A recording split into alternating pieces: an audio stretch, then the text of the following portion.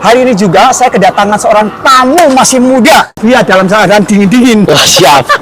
Dan saat ini pula saya ditemani oleh dari Indonesia. Nah, siapa dulu Mas? Halo. Halo, namanya Mas Adin. Beliau Ya. dalam rangka kunjungan ya Mas ya? Ya. Dan Sekolah visitation. Ya. Oh, oke. Yang saya heran tuh Mas ya, ini nih musim dingin Mas. Saya itu 2 tahun di Amerika Mas ya, itu udah 4 lapis nih, terus terang aja. Nah ini saya baru 2 minggu ya, baru 2 minggu Mas ya? Ya. Nah ini orang Alaska. Nyoba. Coba. Lu Dingin. Mas Adi lo gogoan lo Mas. Bawa obat kok. Obat, oke. Oke, segini Mas, kita akan ngobrol-ngobrol dulu podcast bersama Mas Adin. Mas Adin, datang ke Amerika ini dalam rangka apa dan diundang atau berapa lama Mas? Ya, saya datang dari tanggal 5 November. Berapa lama? Diundang dari Penn University, Scholar Visitation. Jadi Prof Simon dari Penn University mengundang saya untuk datang ke sini karena untuk presentasi tentang kegiatan-kegiatan yang kami lakukan di Semarang. Oh, Semarang. Ya. Oke. Terus? Ya, jadi selama hampir 2 minggu ini saya banyak ngisi kelas. Karena Prof Simon juga mengajar kan di Penn kan. Jadi ada beberapa kelas yang saya masuk, terus saya presentasi, ada beberapa isu juga, terus ada juga pertemuan dengan beberapa lembaga yang lain juga. Lembaga NGO atau pemerintah? Saya nggak terlalu hafal sih. Ada dari Monument Lab itu katanya juga bagian dari Penn Uni. Terus ada teman-teman dari mural departemen. Oke, betul. Shira ya, terus ada teman-teman Gapura yang memang diaspora orang Indonesia di Philadelphia.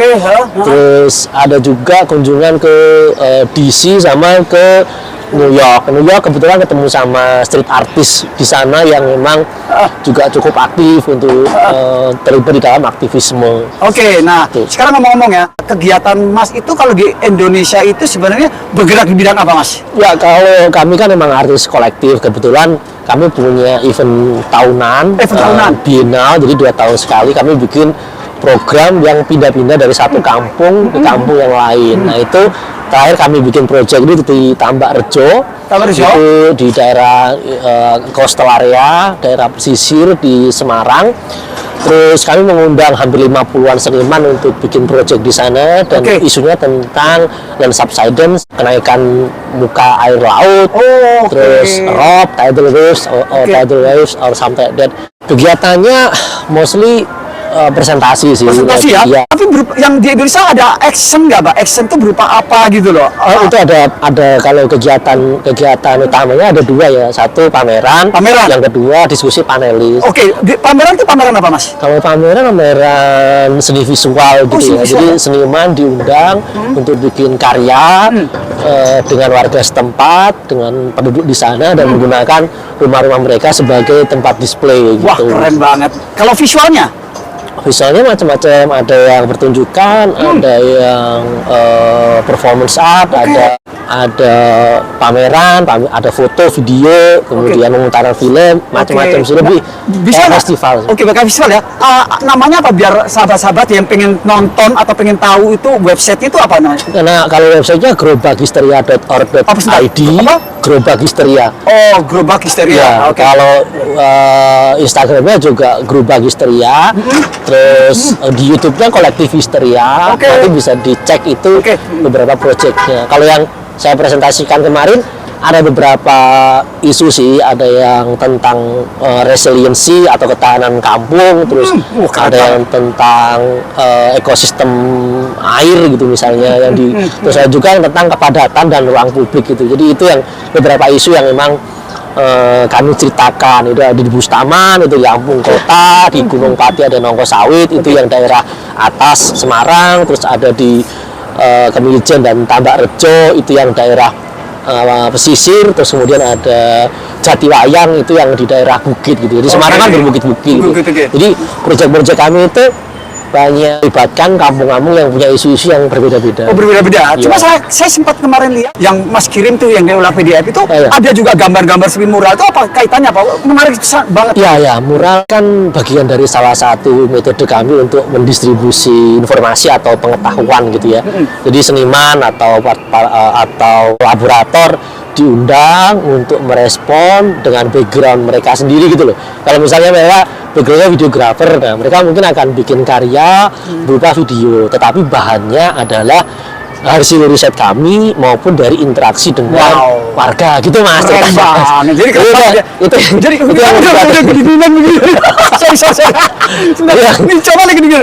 Nah Mas, untuk datang ke Amerika ini Mas, itu prosesnya gimana kok? Apakah memang dipilih atau memang pas kebetulan Mas sebagai penanggung jawabnya di sebuah proyek itu? Ya kan, kalau rencana datang ke sini itu udah dari 2020 sebetulnya Mas. Oke. Waktu itu sudah beli tiket, sudah ke Jakarta mengurus visa, tapi karena pandemi, outbreak gitu kan, terus semua cancel gitu. Akhirnya kita nunggu 3 tahun gitu. Jadi emang udah lama direncanakan, dan yang mengundang memang dari PEN kan. Oh, dari UPenn ya? Ya, dari Wah, luar biasa ya sahabat. Ya. Jadi ternyata teman-teman di Indonesia maupun di Amerika, diaspora kita ini sekarang kalau sama dianggap diaspora nih. Diaspora juga karena di sini ya. Terima kasih. Banyak saudara. Luar biasa karena banyak orang-orang yang punya potensi luar biasa Indonesia itu selain Mas masih banyak ya. Dan pasti, memang pasti. perlu untuk bisa kolaborasi dengan dunia luar. Jadi mata dunia. Kalau kita berkumpul hanya di sekitar satu tempat aja, itu kan hanya kita melihat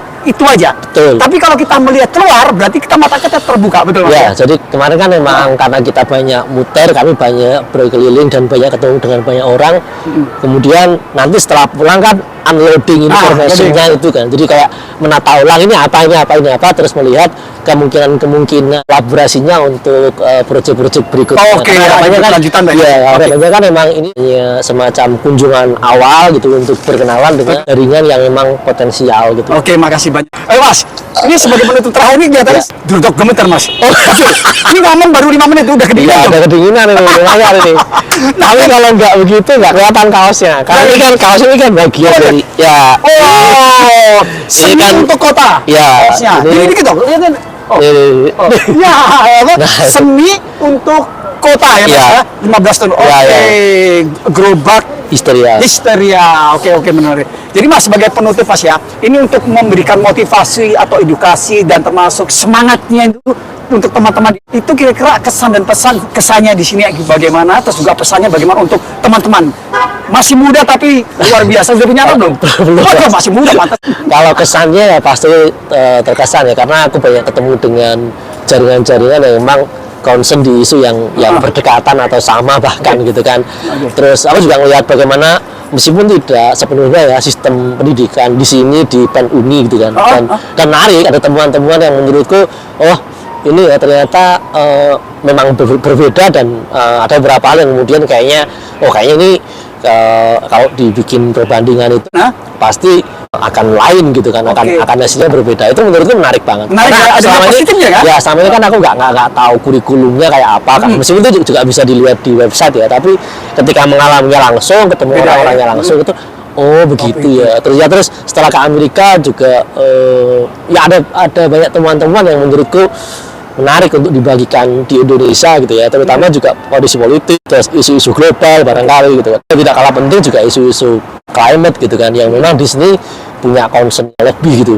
Terus kalau pesan waktu itu aku mulainya kan dari bikin zin ya, bikin terbitan yang nggak penting gitu, yang maksudnya kayak selebaran dibagi-bagikan dulu Mas. Histeria itu kan berawal dari kelompok kami ini kan aktif dari tahun 2004 gitu, jadi hampir 20 tahun. Terus itu berawal dari bikin zin, dan zinnya itu ya sesuatu yang mungkin kalau orang lihat sekarang juga kayak apaan sih gitu loh, kayak nggak ya sesuatu yang kemudian sepele gitu ya. Terus bahasa Inggrisku juga ngaco Mas. Soal bahasa Inggris itu bukan masalah ngaco, yang penting keberanian Mas. Saya pun datang ke sini juga yang penting ngomong, jangan malu. Malu ya kelewatan. Maksudnya kan dulu kan nggak kebayang juga ya, akhirnya sampai ke Amerika atau mungkin juga ke beberapa negara di Eropa gitu ya. Itu nggak kebayang, karena maksudnya kayak bahasa Inggrisnya itu memang beneran yang gimana sih ngaco gitu. Tapi kan suatu kendala karena saya punya prestasi yang luar biasa.